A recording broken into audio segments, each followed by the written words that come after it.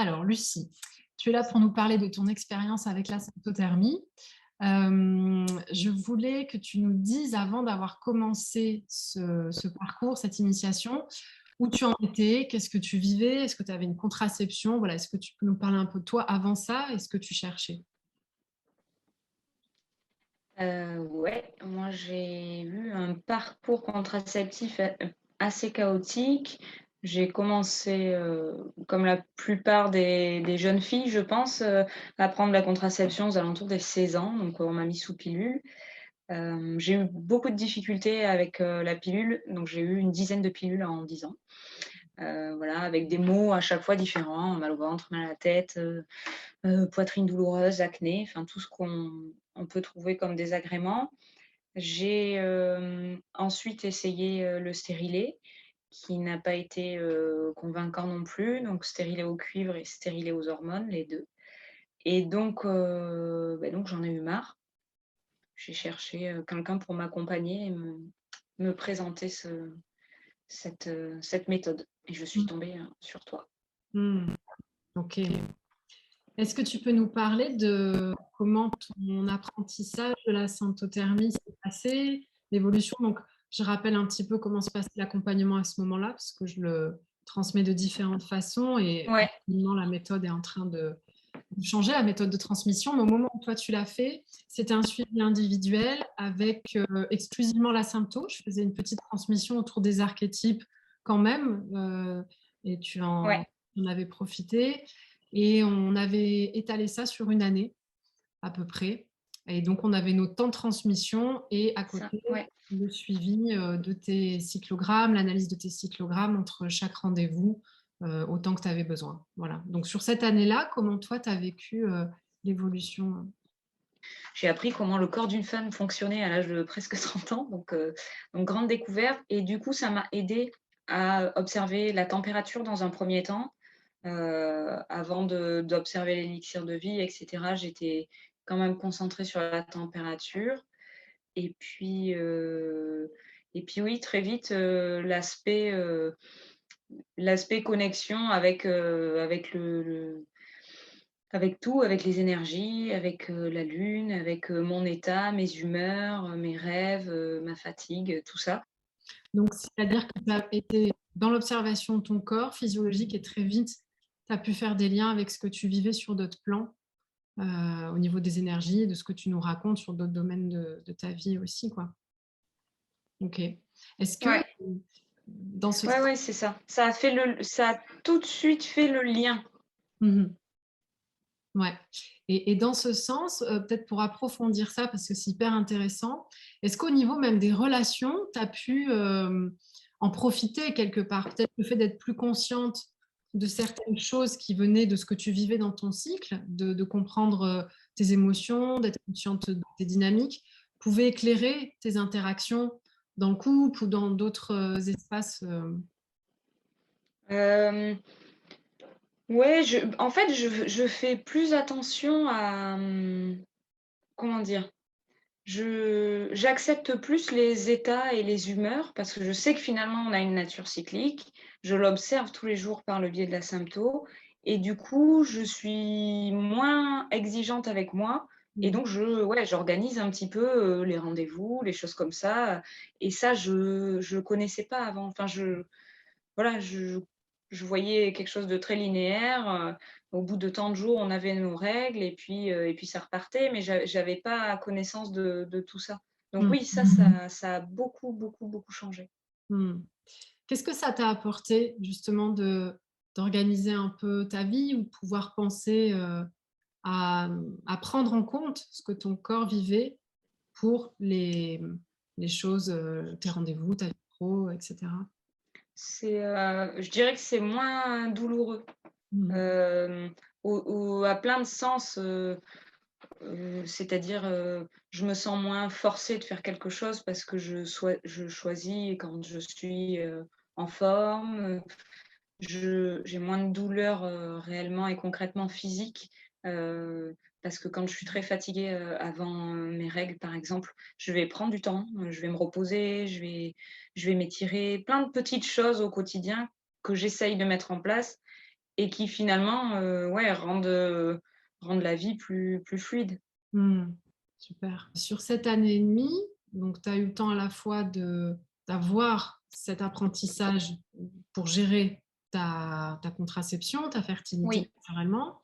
Tu as pu profiter des enseignements sur les archétypes pour, aménager ce que tu vis et vivre, confortablement ton quotidien et cetera. Et aujourd'hui, tu dirais que tu en es où? Comment, ça peut être autant utile? Comment ça a pris sa place dans ta vie au-delà de la contraception? bah, tout tourne autour de ça.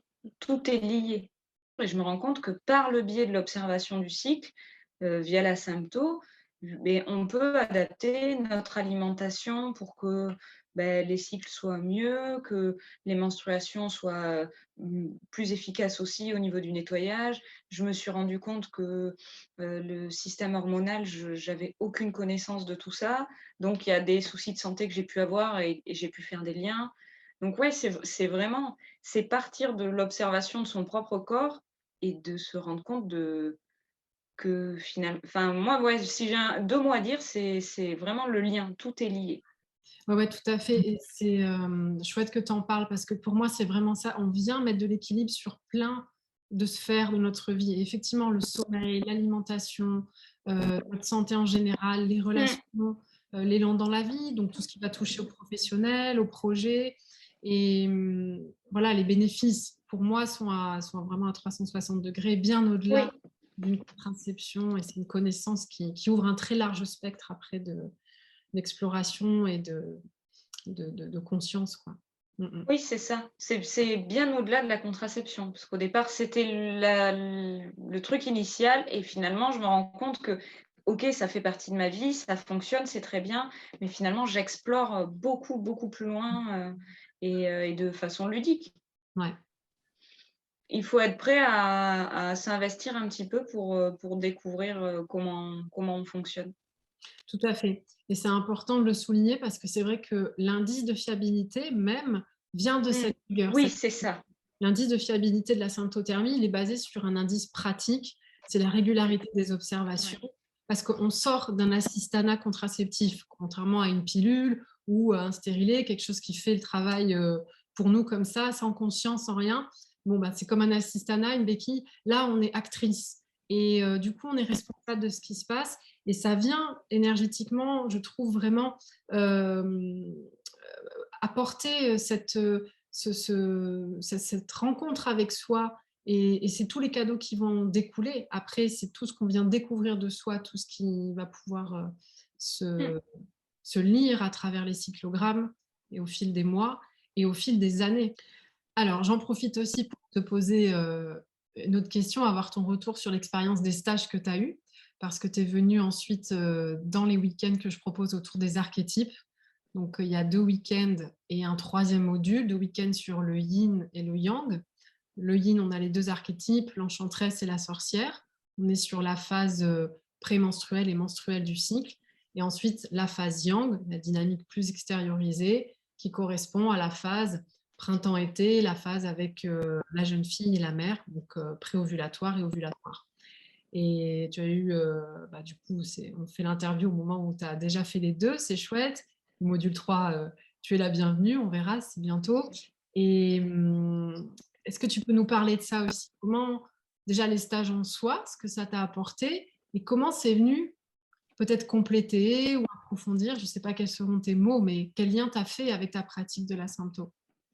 Ouais, mais par rapport à l'observation justement qu'on faisait ensemble lors du suivi, on a remarqué que j'avais, la période yang qui était, très, très, majoritaire sur mon cyclogramme et comme je suis très curieuse, je suis venue, voilà, vraiment en toute curiosité de ce que ça pouvait apporter. Ça, je m'attendais pas du tout à ce que ça bouge autant, voilà, les petits ateliers, toutes les choses qui tournent. Ça m'a permis de pouvoir mettre des images sur, de comment dire? De me créer mes propres personnages par rapport, aux différentes phases du cycle, qui sont en fait, voilà, nos personnages à nous, donc ça m'a un petit peu libéré sur cette imagination-là, de se dire: «OK, beh, c'est mes différents moi qui viennent au fur et à mesure du cycle». Et puis les thématiques, dans le stage yang, voilà, de la jeune fille, de la mère, ça ça a un aspect aussi, thérapeutique qui permet, de libérer plein de choses auxquelles, j'avais pas du tout pensé avant de venir, mais ça permet d'aborder des sujets et de débloquer des trucs. Mmh. Donc OK. Et le yin, comment tu l'as vécu? Tu l'avais fait quelques mois après? ouais, beh, du coup, quand, j'ai fait le premier, j'ai dit: «Super, c'est génial, c'est quand le prochain?»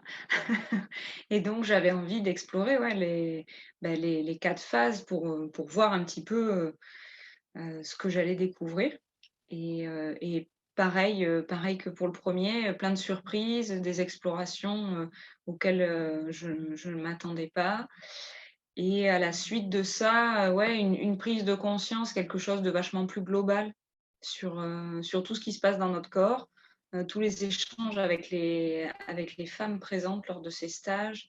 Donc ouais, encore une fois, tout est lié, quoi. Mmh. Je Enfin, c'est vraiment la découverte de la symptôme m'a vraiment, permis de me rendre compte que finalement toutes les femmes sont cycliques, toutes les femmes rencontrent plus ou moins les mêmes problématiques avec des parcours de vie différents, mais et heu et du coup, ouais, je trouve que c'est important qu'on perpétue ces rituels, ces transmissions, qu'on que tu abordes de façon tout à fait décomplexée tous les sujets, sans voilà, sans tabou, de façon très simple et en fait, ouais, on fonctionne toutes pareil.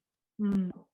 Qu'est-ce qui, dans ta vie, est-ce qu'il y a une transformation que tu peux observer avant même l'asympto, donc avant qu'on se connaisse, que tu es plongée dans tout cet univers, l'asympto ou les archétypes, les stages?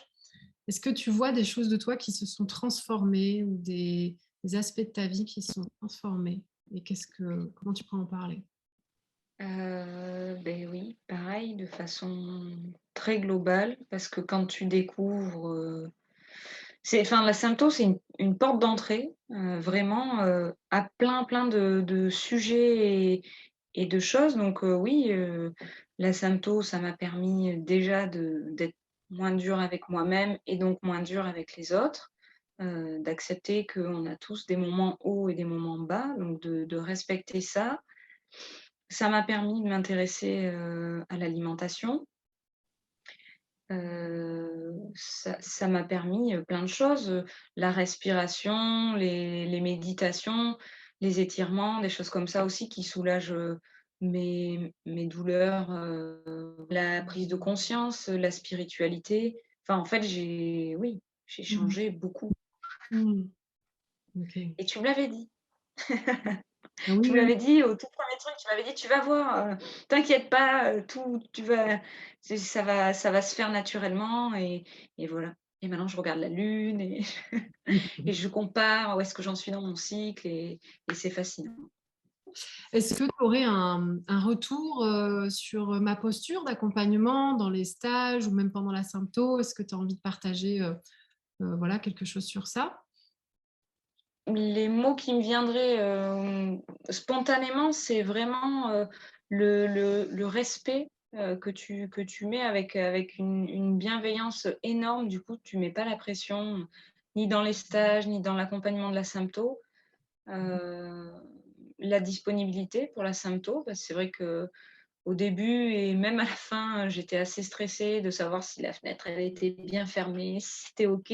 Donc tu étais vraiment en soutien et disponible pour l'accompagnement et sur les stages, ouais, c'est très doux, c'est très, on a l'impression d'être dans une grande famille tout de suite alors qu'on connaît personne. Heu, ouais, ouais, c'est beaucoup de douceur et de bienveillance. Mmh. OK, merci Lucie. Est-ce que tu as envie de rajouter, une dernière chose avant qu'on se quitte? Bah, non, mis à part un grand merci, de continuer à transmettre toutes ces choses, parce que ouais, il y a beaucoup de femmes qui sont en ignorance par rapport à ça. Ça peut être de continuer, de former et tout ça. C'est vraiment nécessaire. Super. Un grand merci, Lucie. Merci à toi.